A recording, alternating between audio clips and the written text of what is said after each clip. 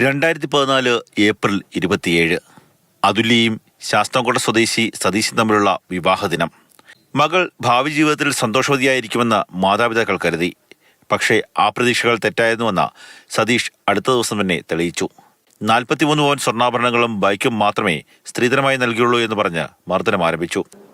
പിന്നെ ഇവന് ഭയങ്കര എന്താ പറയാ, ഒരു അടിമ ശരിക്കും അവന് ഒരു ഭാര്യനെയല്ല വേണ്ടുന്നത്, ഒരു അടിമേനെയാണ് അവന് വേണ്ടുന്നത്. കാരണം ഇവന് ഫുഡ് 3 നേരവും ജോലിക്ക് പോവാൻ നേരത്ത് 3 നേരം ഫുഡ് ആക്കി കൊടുക്കണം. ഇവന്റെ ഷൂ കൊണ്ടുവന്ന് കാലയിൽ ഇട്ടിട്ട് അത് ഷൂലേസ് വരെ അവള് കെട്ടിക്കൊടുക്കണം.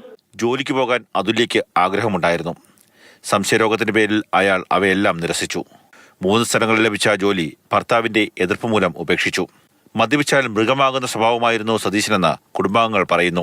ക്രൂര പീഡനത്തിനിടെ സ്വന്തം മൂത്രം വരെ ഇയാൾ അതുല്യയെ കൊണ്ട് കുടിപ്പിച്ചുവെന്നും അടുത്ത സുഹൃത്തുക്കൾ ആരോപിക്കുന്നു.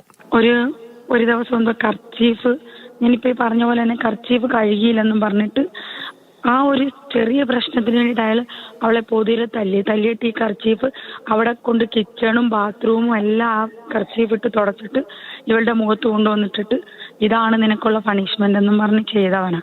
ചാനലിനോട് പറയാൻ ബുദ്ധിമുട്ടുണ്ട്, എന്നാലും ഞാൻ ഓപ്പണായിട്ട് പറയാണ്, അവന് എന്താ പറയാ യൂറിൻ പാസ് ചെയ്തിട്ട് അത് വരെ അവളെ കൊണ്ട് കുടിപ്പിച്ചിട്ടുണ്ട്. എന്നോട് പറഞ്ഞിട്ടുള്ളതാണ് അവള്. നാളെ മറ്റൊരു സ്ഥലത്ത് അതുല്യ ജോലിക്ക് പോകാനായിരിക്കുകയായിരുന്നു. അതിനിടെയാണ് മരണവാർത്ത കുടുംബത്തിന് ലഭിക്കുന്നത്. അവൻ എന്തായാലും അവൻ മനുഷ്യ രീതിയിലല്ല പെരുമാറുന്ന അവളുമായിട്ട്.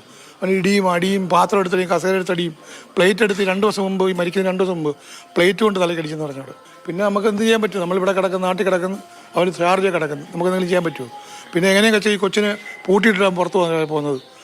അവൻ ഫ്ലാറ്റ് അടച്ചിട്ടാണ് പോകത്തുള്ളൂ, അവന് തുറന്നു വിടത്തില്ല അവളെ.